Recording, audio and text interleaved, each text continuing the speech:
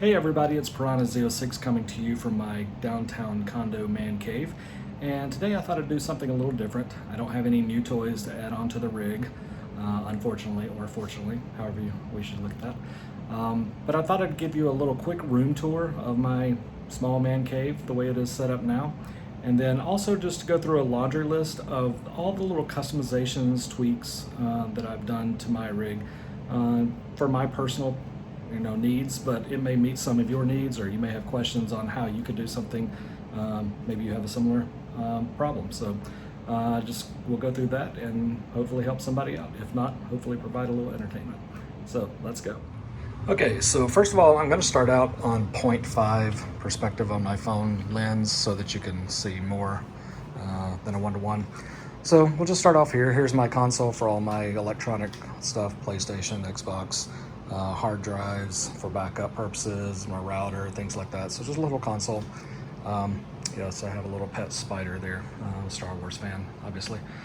So all my lightsabers that were in the other place as well, a TV for watching if I want to just sit in here and watch TV, or have it on while I'm gaming or talking stuff to people. So a little gaming chair that I can sit in, watch TV, or play PlayStation, Xbox, whatever. I am a horrible drummer, but I do like to play around with it some, so I have a drum set. No, I don't play for any bands or anything. I just like to bang on drums. Always have. Got a pair of drumsticks when I was a kid, and have always loved it. And so I just plug in some headphones and play along to some music just for fun. This was a piece of art from a friend who gave it to me for Christmas. I love Corvettes, obviously. I own one. If that was not listed somewhere at some point in some of my videos, I think I probably have mentioned that, but I do own a C7 2016 Corvette. So yeah, doubt I'll ever own one of those, the C8s, but who knows. Bookshelf with a lot of knickknacks and stuff. I have some movie posters that are personal to me. I'll go through those. Jaws was the very first movie I ever saw in a theater. Yes, my parents took me when I was like 5 or 6 years old to see Jaws. Didn't really scar me, I don't think. So King Kong was the first movie I ever saw with my grandparents. So that one's kind of personal to me as well. Spider-Man, which is get over here so you the reflection, and I'll change to one. Spider-Man is my favorite comic book hero, so I like that. And then Star Wars is my all-time favorite movie series. So those are my 4 movie posters. Obviously my rig, which you've seen tons of. I also have a laptop here that is just for gaming on the living room, or doing spreadsheets or taxes, things like that. It is an Alienware Area 51 laptop. So that's enough of the room tour. Again, it's very small. I mean, this is a 1-to-1 ratio. It's, I don't know, 12 by 12-ish. So it's not very big. You can see the rig barely fits with me able to get between the chair and the drum throne, things like that. So next we'll go through the list of laundry list of tips and tricks and customizations that I've done. So let's go. Okay, so the first thing that I've done that's probably not normal is I have 12 total casters, 4 on the monitor stand. That's probably pretty normal, but I have 8 on the whole rig. One, I'm just a big guy and thought probably could use the extra, spread the weight out a little more evenly. So I've got 4 on each main rail underneath. 4 of the 8 are locking, and 2 of the 4 are locking on the monitor stand. So that helps keep them in place when I'm not needing to move it around. And I wanted the casters, and I think I've mentioned this on the other videos, at least I'm sure I have, is that I like to be able to have the entire rig mobile at this point so that I can move it around. So I have literally 1 plug over there. One of those is the laptop plug, and one of those is for everything on this rig. So I can unplug that and unlock the 6 casters that are locking and start wheeling it around the room if I need to. And this chair slides very easily out of the way. The little stand with the laptop moves around. So it's pretty quick and easy to start moving things around. So that's the first thing I've done. Second one, and I've mentioned this before, is the PC tray. So the tray, as you buy it, and I think this was from TrakRacer. This is their PC tray.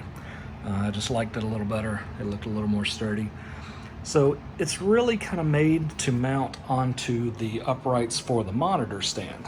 So as you can see, I don't really have the clearance to mount it because I wanted my monitors to be as close to me as possible. So if the uprights are that close, my DD wheelbase sticks out. And if it was mounted exactly right on here, it would not. It's kind of hard to see the angle, but I think you get the point. Is I just don't have the clearance for the tray and the PC to mount on it. So yes, I could have stuck some things out, but again, then that blocks my access to, you know, the plugs and things, which I have a lot of cables, I know, and I'm not real anal about the cable management because there's just too many, and I've mentioned that before too. But to be able to, like, sometimes I will just step on the rails and step over if I need to get something over back there real quickly. And if a PC was right there, it would be a little more difficult. It may be a trade-off, I don't know. I could leave it out and I would have this space to walk around. I don't know, I just thought this was a better solution. So I actually had to order this piece, which is 20 by 80, from a custom supplier. Actually, they had a store on eBay, or Amazon. And I think it was 8020.net actually. So I just measured just, you know, basically the length of the tray, and it took quite a while to get actually, but I ordered it pretty quickly in the build, so it came a week or so after I got everything hooked up, which gave me plenty of time to tweak and get things exactly how I wanted them. Excuse me, got something in my throat there. So by the time it came, I was ready. I had everything ready the way it needed to be and was able to mount it right on there. And I just put it right on top with 2 corner brackets, 1 on each side, and that's it. So that's that. The next one is the Buttkicker tray, and I've mentioned this one in the past too, but I just want to go through it a little more thoroughly. This top plate is for the HOTAS attachment. And again, I'm apologizing. I don't remember if this was SimLabs. I think it was SimLabs, where that I bought the whole set. So 2 plates and an extra accessory arm. I don't know if you remember in the original build. So the arm that's on this side that supports the shifters and things, I bought another one of those in a kit, the full HOTAS kit that was mounted over here. And I think I had that mounted in my original video, but I ended up taking that off because I didn't need it. Found a better solution. So I repurposed that piece. Actually, that's not even the piece I'm talking about. So sorry for that wrong instruction there. I bought a mouse tray that came with an arm. And again, I can't remember if it was SimLab or TrakRacer. That's where I bought everything. SimLab or TrakRacer for all of my accessories. And the actual rig is the GT Omega Prime. So this was for a mouse pad, which I'll show you how I repurposed that later on as well.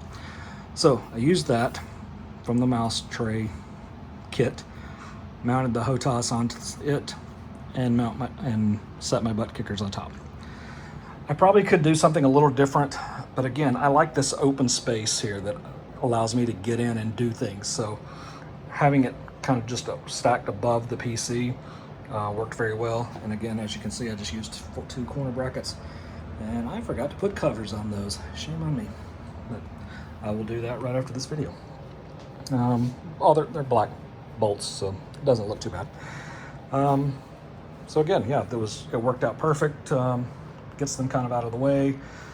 They do take up some space. They're not small, so you do need somewhere to put them. I don't like just putting them on the floor back there because they're hard to get to if I need to adjust anything. So again, it's solved one of my needs. So if you have a similar need, feel free to use that idea. The butt kicker location mounting. So I originally mounted my butt kickers to the frame itself. One up here in the front, and I bought 2 little adapters to mount them on, which are still here. There's that. And I have one on the back underneath the seat. And I'll just try to show you. I'm not sure with the lighting. Well, it's sticking right there. Yeah. So I had it mounted right there. And I've left them just in case I want to go back to that. But really, I didn't like how it made everything feel. It dampened everything, and it made other things rattle. Because, you know, everything is not 100% tied down all the time on this thing. There's wires that could rattle. There's, I have a fan here I'll go over in a minute. There's all kinds of little things. So and I had to turn things up that made it more noisy. And so I just didn't like that solution. So I started looking at other options. So for the front, I was able to mount the Buttkicker directly to my pedals. But the way the mounting clip is, you need something beefy to mount it to. And this little piece here is very thin and small, so it wouldn't tighten down on it.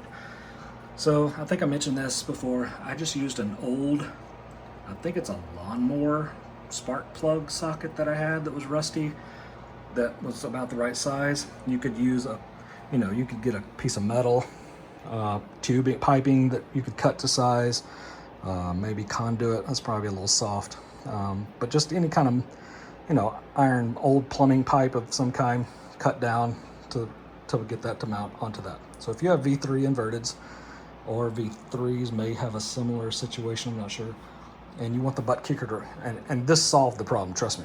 You feel, I have to turn things way down now, but I still feel a lot of great vibration.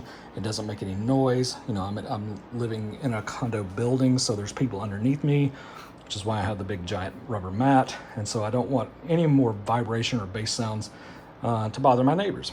So that's the front one. The back one is a little harder to see, and I wasn't sure if I was ever gonna get this to work. Finally did. There is a steel rod running under the seat and round, but again, I had the same problem. It wasn't big enough for the clamp to bite onto, so I had to improvise there as well and use another, I don't even remember what I used now, but some kind of tubular piece of metal, and it is mounted, as you can see right there. You can't really see a lot, but that's how close it is to the adjustment thing. So, but getting your hands in there and getting it tightened down, I hope it doesn't come loose, because I don't want to have to do that again. So that's the Buttkicker stuff. Next on my list is, just want to mention, so obviously a lot of people have a lot of USB stuff. I probably have more than the average because I've got HOTASes, I've got some other things that I'm going to go over that require USB power. I probably could find a 24 port powered USB, but I had these, and there's no reason to store them and buy one that fits everything. So, but the trick here is I daisy chained one to the other. So these are all USB 3.0. So I forget, that's the power. So this is wrapped around and plugged in right here. So this one is providing the USB connection to this one, so I don't have to run another wire all the way down to the PC. So, I mean, it's not brain surgery, but it is a little trick that you may not think of if you have multiple USB hubs. And these are both powered, by the way. So, next is so when I'm sitting in the rig, a lot of times my elbow sits right about where all these switches are. And after a while it gets uncomfortable. So I jury-rigged I think is how it's actually pronounced, some foam and some tape to make a little cover to be able to put my elbow on. So that's just one little tip trick. I always keep any kind of higher density foam that comes in packaging, especially smaller pieces, just because I like to tinker and create solutions for things using man-made things, handmade things. So I always keep that kind of stuff lying around, and so that I can fashion whatever I need to. Okay, so again, not a brain surgery kind of thing, but a nice little trick for somebody who else may have a similar problem. Next one, this isn't really a big deal, but this is again, I think this is TrakRacer, I'm pretty sure it's TrakRacer keyboard tray. And a lot of people have been asking questions about keyboard trays lately on Facebook groups and stuff. All of the other keyboard trays, all they do is pivot one way, and basically like that. and that's all they do. And that's fine if you never need to type, or if you ever want to play any other kind of games that require a keyboard. You know, I forget the names of them, but other I can't think of the name of it. Anyway, games that require keyboards. So you want it in front. So this one is a double pivoting. If I can do it with one hand. There you go. So it pivots on an axis there so that you can slide it in front of you, which is awesome. But where the arms are, the mounting points are, that's right where my knee is, which is not the end of the world. It's not hard, it's not a point, it doesn't scratch me. But I had thought, well, okay, I'll move the whole mounting thing to this side, and it didn't work. So I just wanted to point out that if you want the full articulation motion in front of you, you have to mount it on the leading edge of the upright, because if you mount it here, it just doesn't swivel that far. It stops right there, which doesn't really help you, because that's still, to use the keyboard, it would be at an angle. Sorry, that's a horrible place to try to video all that, but I wanted to point out the mounting points. So this would be, it would only go that far, so it would still be at an angle. And again, I like to be able to get the keyboard fully in front of me. So I know it's more than twice the price of the other keyboard trays out there, but it's more than twice worth it to me, to be able to move the keyboard tray right where I want to at all times. Okay, so another one is, a lot of people use VR, obviously, and a lot of people use the Oculus and the Rift and hand controllers that require batteries. So I obviously use rechargeable batteries, because otherwise you'd go through a lot of batteries, and I think most people do. But I was always forgetting to get my battery, because I had it plugged in over here with the name I can't say out loud or she'll respond, my digital assistant.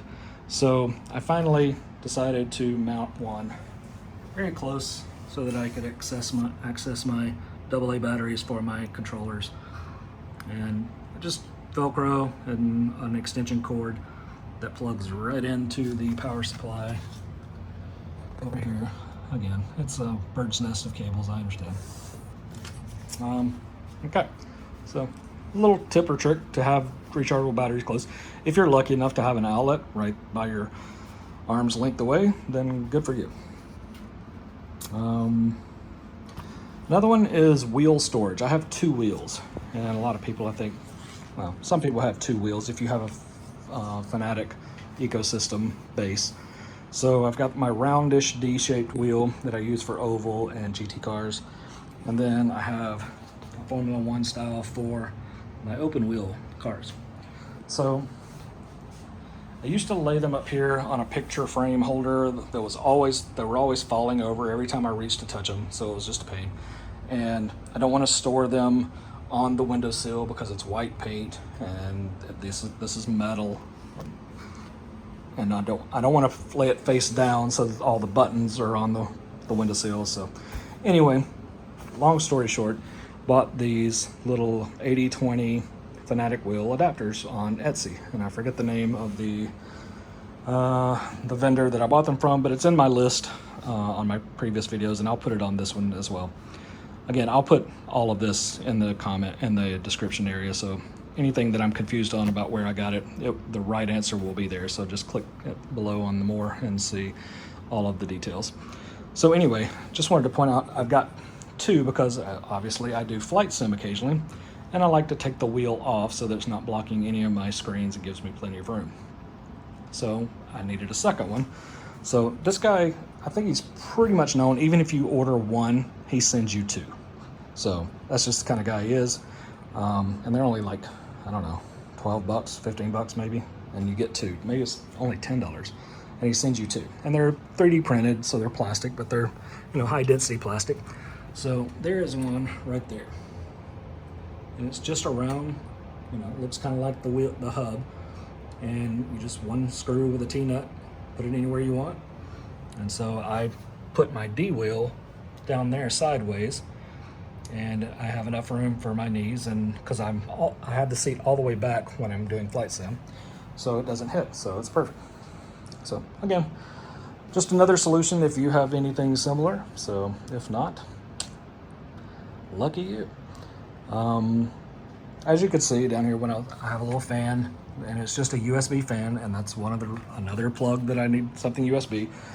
Just as we all know, you get hot sometimes sim racing, so a little accessory there. And then I don't know if you saw it, but there is a camera. Sorry, I'm tilting. There's a little USB camera as well, because I stream occasionally, as you've probably seen from this camera as well. My Twitch channel is Piranha06 on Twitch if you ever want to check it out. I don't stream all the time, but occasionally, and sometimes I'll stream a lot for a while, and then I don't for a while. So, but anyway, I have the cameras there, one for pedal cam and one for the face and arms cam. So again, that's 3 more. The fan and the 2 cameras, that's 3 more USB things to plug in that most people probably don't have. So I just pointed at the cameras, but sometimes it's kind of dark in here, so you need some light on your feet. So I have these 2 LED lights, light rods that provide light for my foot cam, or just for anything. If I need to see a connection better, I can move that around and put some light on something. So that's 2 more things that I have USB plugged in. So I obviously don't need 2. One's probably fine, but I had it, so I just plugged it in to give a little extra light when needed. Okay, the next one is my mouse, or the shifter plate. And this is the SimLab shifter plate. So it's the one, it's rounded on this end. On this end, it's rounded. And you mount it, you can swivel it however you want to if you're mounting from the bottom like that. But I didn't like this extra, 3.5, 4 inches of leverage that I'm going to be pushing down on this plate all the time when I'm shifting. So what I did was I just brought it over to hang over more, and then used corner brackets underneath to mount it. Sorry, I keep looking at it with my eyes and not the camera. The only problem, and it's not a huge problem, again, is it's not made to do that way. Obviously, it's made to go directly into the groove, into a T-nut. So there's corners here and edges from this. But again, when I have my seat all the way up, the seat is all the way up to like here. So my knee and leg is way out in front. So it's actually not, doesn't scratch me or anything. But actually, I did have a piece of rubber stuck there, and it's gone. So I'll have to find that. It must have fallen down. So yes, that corner actually was rubbing just a little bit, but I have the same neoprene type material for that. Has sticky back, so I cut a small piece and formed it around that corner, but like I said, it looks like it has come off, so I'll have to attempt to repair that. It must have just happened because I haven't noticed my knee scraping on it. But anyway, that's another customized little thing that I can do to fix that so that it's not scraping my knee. Since we're right here, I'll just use this as an example. These are the handle bolts, so I don't have to go get my Allen wrench.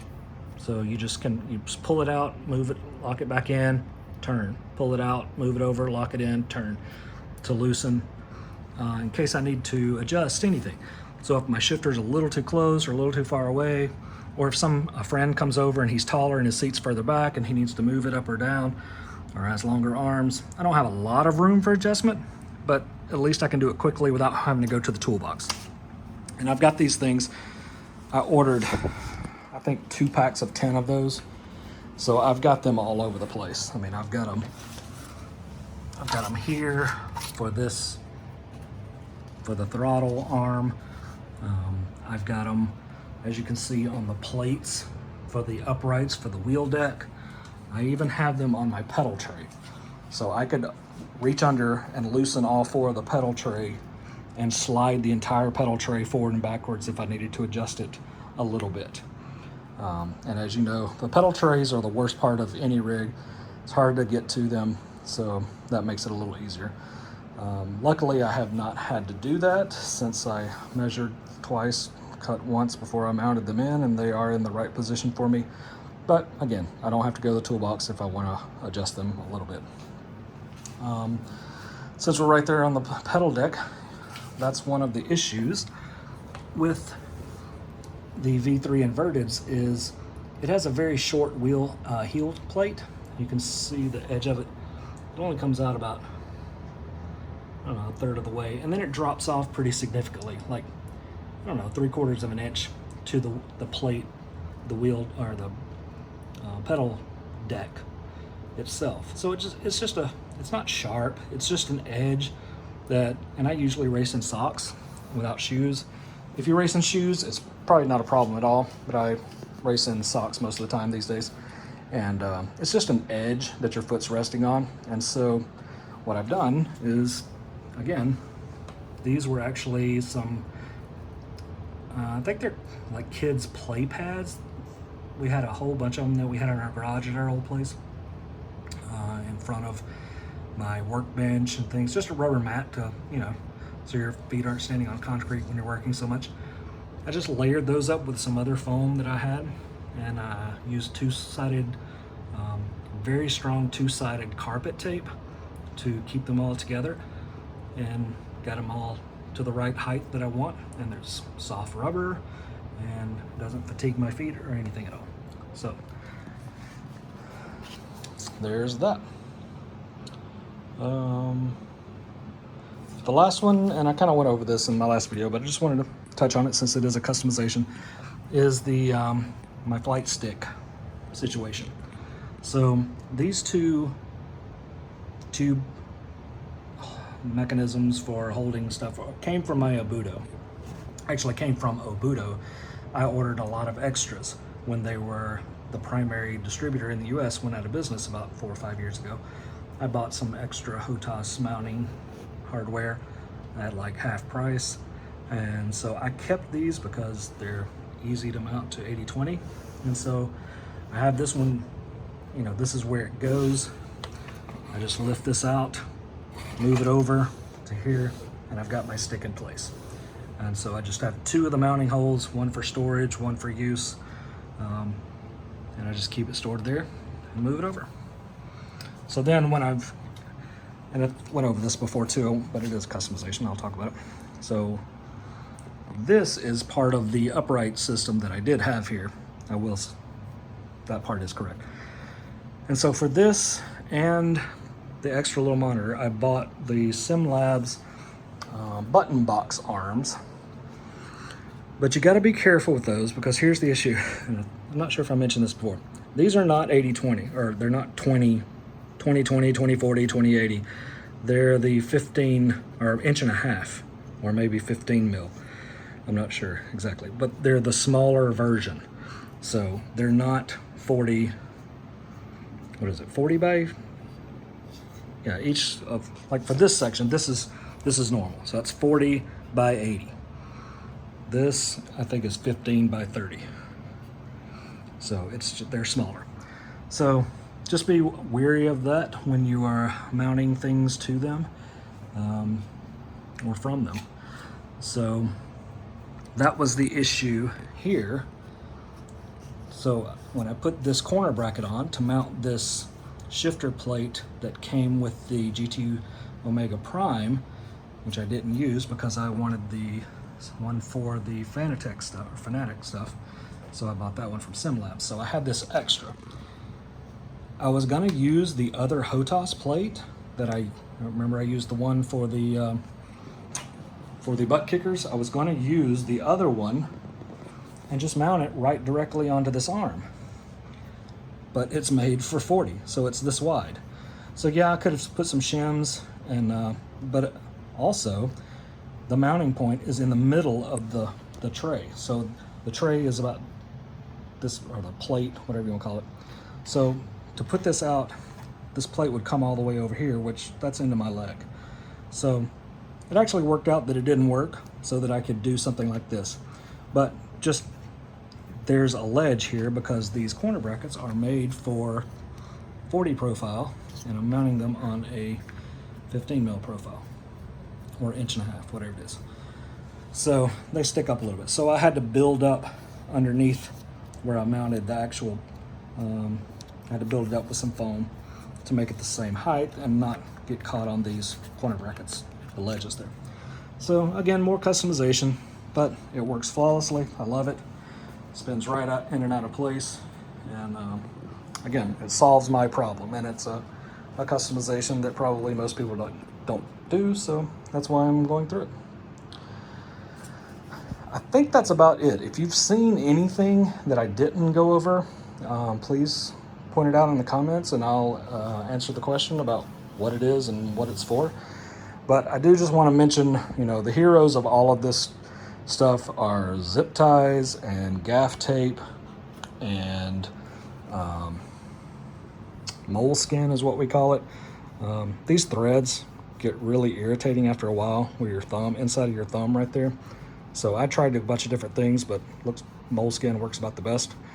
I wish Fanatec would fix that, or Fanatic, however you want to say it. Hold on, I've dropped something here. Yeah, so zip ties, and I bought the SimLabs, their little cable management system brackets that you just twist in like a T-nut, and they hold a zip tie. Like, there's one, for example. So it just slips right into the slot. You turn it 90 degrees, it locks in, and then you can put a zip tie on it to hold a cable. Again, I've got plenty of those used in different places to do minimal wire cable management. Again, like I said, I am not anal about it because I'm always doing something, or something I need to troubleshoot something. Because I have VR and 5 monitors, I switch back and forth, and sometimes things don't work perfectly every time, and so I'm tracing down to make sure a cable's not plugged or not plugged in. And it's hard to trace the wires when you have 47 wires, or however many it is. So again, I'm not anal on cable management. But so yeah, those moleskin, gaff tape, 3M two-sided tape. I use that in a lot of little places. Not a lot, because that stuff does set. When I had to undo my old rig, there were things that I had used a lot of double-sided tape on that took me hours to get the item off, like the HOTAS stuff. I had two-sided taped that to my old brackets. It took hours to get it all cleaned off of the plate and the bottom of this. Don't use it too much. That stuff is very, very strong. Yeah, just a little goes a long way. I think that's it. Again, if you see anything, and just an example of the gaff tape, and when I say gaff tape, I'm talking about the real expensive gaff tape like musicians and like uses in concerts and stuff. This stuff it's like canvas almost. It's very, very strong. It's not coming up anytime soon, so like this just holds my cables in place so they're not flopping around. I've got some cables taped down back there in the back to keep them in the groove as much as possible in the slot. Yeah, it's taped down at this end as well to hold it in. So I used, yeah, you don't see a lot of the gaff tape because it's black and it blends right in, but it is so worth it. I use that all the time, and I'm still on one roll that I've had for a couple years. So yes, it's expensive, but you won't go through it in one day. So that's it. Hope this helps some of you. Hope you find it entertaining if it didn't help you. Excuse my rough videoing. I'm not a professional and don't pretend to be, but I'm just trying to help people. So I hope it helped you, or you can forward it to somebody who may have a problem that this can help them too.